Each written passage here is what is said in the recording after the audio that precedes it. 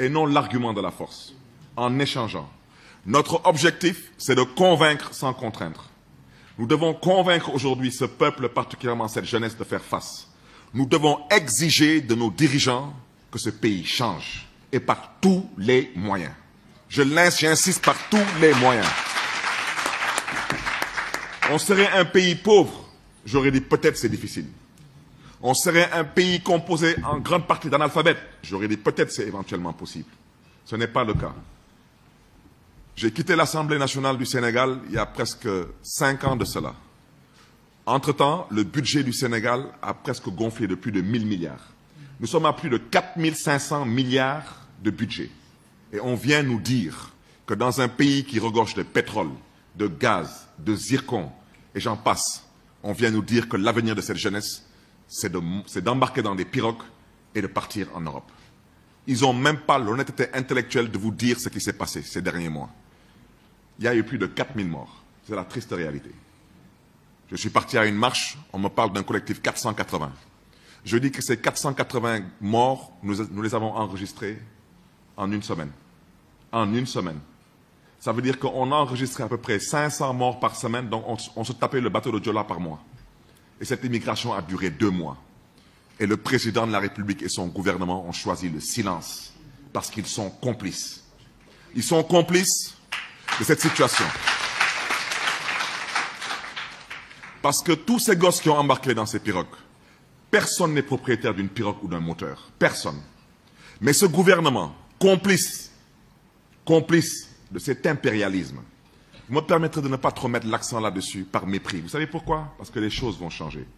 Nous appartenons à une génération décomplexée, et vous m'excuserez de l'expression, on s'en tamponne royalement de l'Occident. On n'y croit pas. On n'y croit pas. On n'a pas besoin qu'on nous fasse un dessin. Nous sommes nés, nous avons vu nos grands-parents, nos parents être humiliés par cet Occident. Cet Occident, nous devons comprendre une chose. La meilleure réponse, c'est de faire face avec l'intelligence et la détermination. Le jour où il y aura des dirigeants dans nos pays qui diront non à cet Occident, ce jour-là, ils comprendront ce qu'ils ont compris au Rwanda. Ils le comprendront ici. Vous savez, le Rwanda, ils sont partis jusqu'à refuser d'adopter le français comme langue. Ils sont, eux, arrangés pour confier au Rwanda la présidence de la francophonie. Parce que, entre autres, le Rwanda leur a dit les 5 lettres qu'ils savent. C'est ce message qu'ils comprennent. C'est ce langage qu'ils comprennent. C'est la raison pour laquelle aujourd'hui, je vous ai dit qu'ils sont complices. Ils sont complices. Pourquoi ils sont complices? Parce que quand le président Macky Sall, entre autres, battait campagne, j'ai soutenu moi personnellement le président Macky Sall au second tour et pourtant j'étais en prison. De la prison où j'étais incarcéré, j'ai soutenu le président Macky Sall. Mais il n'a jamais dans son programme, ni au premier tour, ni au deuxième tour, il nous a jamais vendu un terre. Et avec son terre, il a mis notre avenir par terre. Et je vais vous dire, ce terre, il coûte presque 2000 milliards.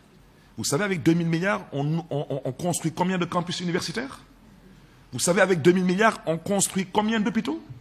Nous sommes dans un pays aujourd'hui, on parle de respirateurs. Vous pensez que c'est sérieux? Un pays qui n'est même pas capable aujourd'hui, avec plus de 4500 milliards, d'éteindre un incendie dans un puits de gaz. Un gouvernement qui a plus de 4500 milliards, qui n'est même pas capable de payer 16 milliards de bourses aux écoles privées.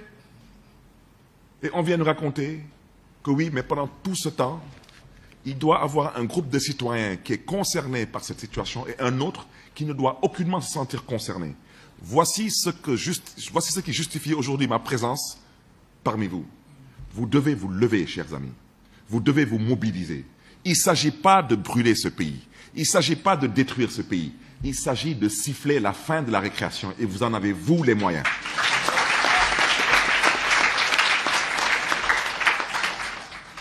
Vous en avez les moyens parce que vous devez montrer la voie de la démocratie moderne. Que vous soyez de l'APR, c'est votre droit le plus absolu. Que vous soyez du PS, du PDS, de PASTEF et j'en passe. Que vous soyez apolitique. Mais avant tout, vous êtes citoyen. Vous devez vous mobiliser. Parce que je vous ai dit tantôt, ils vous vendent que des slogans. Ils vous ont parlé de leur terre, ils ont mis votre avenir par terre. Ils vous parlent de leur terre, ils vous ont vendu des vers de terre. Allez voir ce qui se passe dehors. Allez voir ce qui se passe dehors. C'est une frustration générale. Aujourd'hui, les Sénégalais ne savent plus à quel sein se vouer. Et la raison pour laquelle nous insistons, parce que dans une démocratie, dans une république, quand on a envie de changer les choses, on ne peut les changer que par la voie électorale. Et aujourd'hui, on nous refuse cette voie. Alors, comme on nous refuse cette voie, il est question de l'exiger et par tous les moyens. Je dis bien par tous les moyens. Il n'est pas acceptable ni admissible que dans un pays comme le Sénégal, certains Sénégalais soient inscrits sur le fichier électoral, donc ont le droit de choisir, et d'autres Sénégalais qui détiennent une carte d'identité au même titre qu'eux, eux, on considère qu'ils ne sont pas inscrits sur le fichier électoral parce qu'ils vivent dans une zone géographique bien précise ou bien ils appartiennent à une génération bien précise. Ça doit changer. Je n'ai pas besoin d'être trop long parce que vous savez mieux que moi ce qui se passe dans ce pays aujourd'hui. La vérité aujourd'hui, c'est que on ne peut pas nous retirer à nous notre identité. Nous, par exemple, Dakarois. Mais tout Sénégalais est concerné par Dakar, parce que c'est la capitale du Sénégal. Aujourd'hui, ils sont arrangés pour que Dakar n'ait plus d'aéroport. Mais ils sont arrangés surtout pour que le foncier soit utilisé à d'autres fins. Ils sont même arrangés pour que Dakar n'ait plus de stade. Au lieu d'aller réhabiliter le stade de l'Amitié, on s'amuse à aller construire un stade ailleurs. Mais ils sont même arrangés pour maintenant trouver une formule pour dire que maintenant Dakar doit disparaître pour des raisons politiciennes et électorales. Mais je vais vous dire une chose, parce que je n'ai pas le temps de parler en l'air. À ce rythme-là, même l'université Cheikh Anta Diop va débarrasser le plancher, parce que son foncier intéresse plus d'un. Nous devons trouver les voies et moyens d'arrêter ces gens, je vous dis. Vous pouvez en rire, mais je vous dis, il y a des gens qui sont là, leur calcul il est très simple. Ils doivent rester ici jusqu'au plus tôt, fin 2026. Parce que ce sera le moment venu pour signer les accords pétroliers et gaziers, et ils sont convaincus qu'ils ont des commissions qui leur appartiennent à eux et ils m'entendent. Et voici le problème. Mais vous savez ces gens, pourquoi je vous dis que vous devez vous mobiliser? Vous devez vous mobiliser parce qu'ils n'ont pas le courage de leurs ambitions.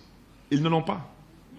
Et c'est la raison pour laquelle ils ne veulent pas le faire à l'Ivoirienne ou à la Guinéenne.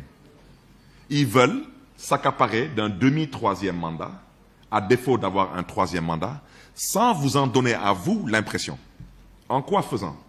Mon mandat de maire est arrivé à expiration depuis juin 2019. Ça fait plus d'1 an que je suis maire de la façon la plus illégale possible. Vous vous imaginez? Et dans à peu près 6 mois, ça fera 2 ans que moi et mes collègues maires, on aura battu le record des maires les plus illégalement en activité.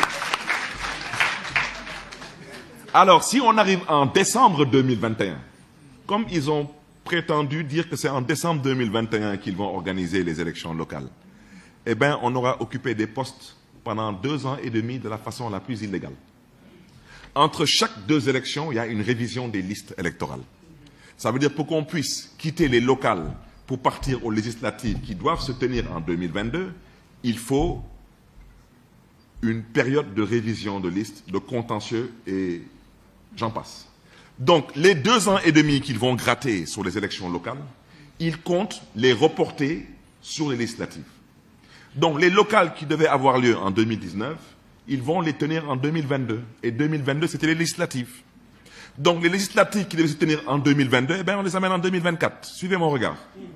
Et bien sûr, le grand rendez-vous de 2024, on le repousse en 2026-2027 pour qu'on puisse signer le pétrole et le gaz. Ce pétrole et ce gaz, c'est votre avenir. Ce pétrole et ce gaz, ce sont vos ressources. Ce pétrole et ce gaz, ce sont vos richesses. Et c'est de ça dont je parle. C'est votre avenir à vous. Mais si aujourd'hui, vous avez parlé de l'impérialisme, je préfère ne pas parler de la France. Parce que pour moi, la France, ce n'est pas un ennemi. Notre ennemi, ce sont ceux qui prétendent nous gouverner. Ce sont eux nos ennemis. Parce que pour moi, la France, ce n'est qu'un État qui a des intérêts. Mais pourquoi ils ne peuvent pas avoir les mêmes intérêts au Rwanda? Parce qu'au Rwanda, il y a des gens pour dire non.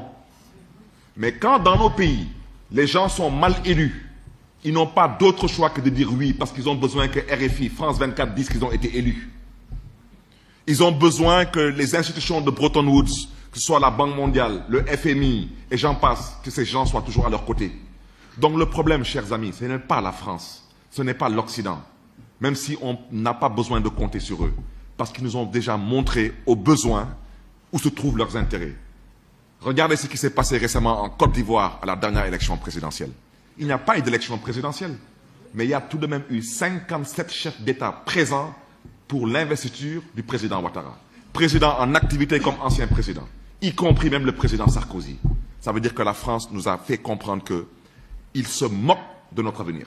Ce qui les intéresse, ce sont leurs intérêts.